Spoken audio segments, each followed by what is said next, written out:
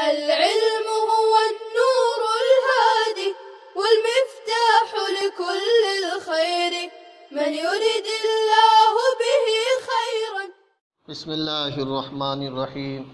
الحمد للہ رب العالمین والصلاة والسلام علی سید الانبیاء والمرسلین وعلی آلہ واصحابہ اجمعین. السلام علیکم ورحمۃ اللہ وبرکاتہ. عزیز طلباء، آج ہم 33ویں درس کا آغاز کر رہے ہیں. گزشتہ درس میں آپ کو تخصیص کی لغوی و اصطلاحی تعریف اور تخصیص کو آیت قرآنی کے ذریعے سمجھانے کی کوشش کی گئی تھی. آج عام خصہ عنہ البعض، عام غیر مخصوص عنہ البعض کو سمجھانے کی کوشش کریں گے. عزیز طلباء، عام خصہ عنہ البعض وہ عام ہے جس سے بعض افراد عام کے حکم سے الگ کیے گئے ہوں، خاص کر لیے گئے ہوں. جیسے اس کی مثال عام محاورے میں یوں دی جاتی ہے کہ مثلاً بادشاہ نے قیدیوں کے متعلق حکم دیا کہ اقتلوہم الا بعضہم، تمام قیدیوں کو قتل کر دو مگر بعض کو چھوڑ دو، قتل مت کرو. عزیز طلباء، اقتلوہم میں قتل کرنے کا حکم تمام قیدیوں کے لیے عام تھا، مگر بادشاہ نے الا بعضہم بڑھا کر بعض قیدیوں کو قتل کے عام حکم سے خاص کر لیا، الگ کر لیا. تو اقتلوہم مخصوص عنہ ہوا، الا بعضہم مخصوص ہوا.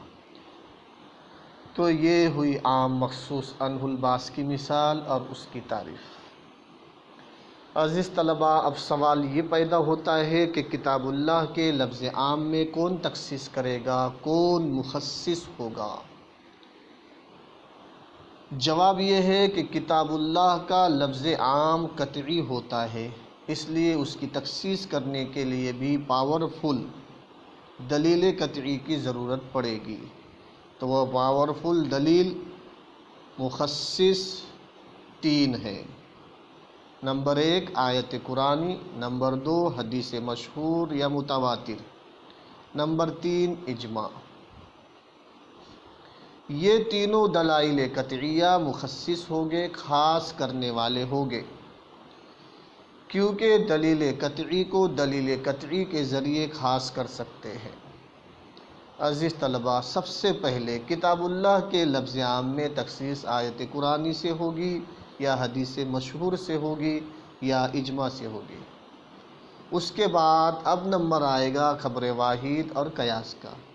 پھر خبر واحد اور قیاس سے بھی تخصیص ہو سکتی ہے. دوسرا سوال یہ ہے کہ عام کے افراد میں آیت قرآنی، حدیث مشہور یا اجماع کے ذریعے پہلی تخصیص ہونے کے بعد خبر واحد اور قیاس کے ذریعے دوسری تخصیص کتنے افراد کے باقی رہنے تک کی جائے گی؟ عزیز طلباء، اس کا جواب یہ ہے کہ خبر واحد اور قیاس کے ذریعے تخصیص عام میں اس حد تک کرتے جائیں گے کہ عام کے تحت کم از کم 3 افراد باقی رہنے چاہیے، تاکہ عام کا بھی کچھ لحاظ رہ جائے کہ اس کے تحت کم از کم 3 افراد باقی رہے. لہذا اب اس کے بعد تخصیص جائز نہ ہوگی اور ان باقی ماندہ افراد پر عمل کرنا واجب ہوگا. عزیز طلباء، یہ تمام باتیں بطور تمہید کی آپ کو سمجھائی گئی تاکہ آپ کو عام مخصوص عنہ البعض کا حکم اچھی طرح سمجھ میں آ جائے. آئیے مصنف رحمہ اللہ کی عبارت کو اسکرین پر دیکھیے، ایک مرتبہ پڑھ لیتے ہیں. وَأَمَّا الْعَامُّ الَّذِي خُصَّ عَنْهُ الْبَعْضُ فَحُكْمُهُ أَنَّهُ يَجِبُ الْعَمَلُ بِهِ فِي الْبَاقِي مَعَ الِاحْتِمَالِ. فَإِذَا قَامَ الدَّلِيلُ عَلَى تَخْصِيصِ الْبَاقِي يَجُوزُ تَخْصِيصُهُ بِخَبْرِ الْوَاحِدِ أَوِ الْقِيَاسِ إِلَىٰ أَنْ يَبْقَى الثَّلَاثُ وَبَعْدَ ذَلِكَ لَا يَجُوزُ فَيَجِبُ الْعَمَلُ بِهِ.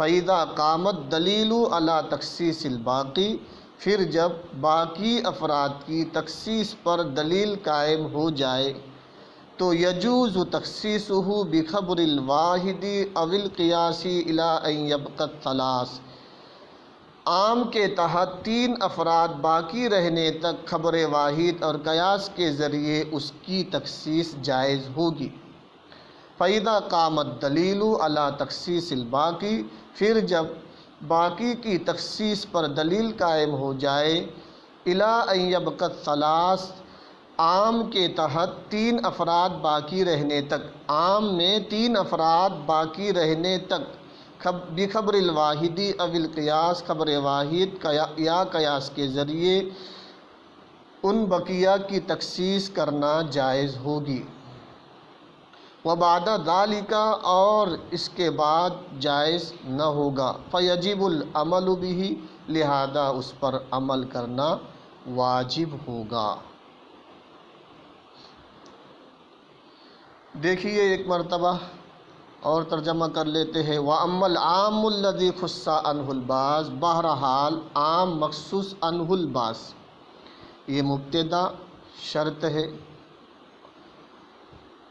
اور مبتدا پر اما داخل ہو تو مبتدا کی خبر پر فا آتا ہے، جیسے آپ دیکھ رہے ہیں فحکمہ کے اندر فا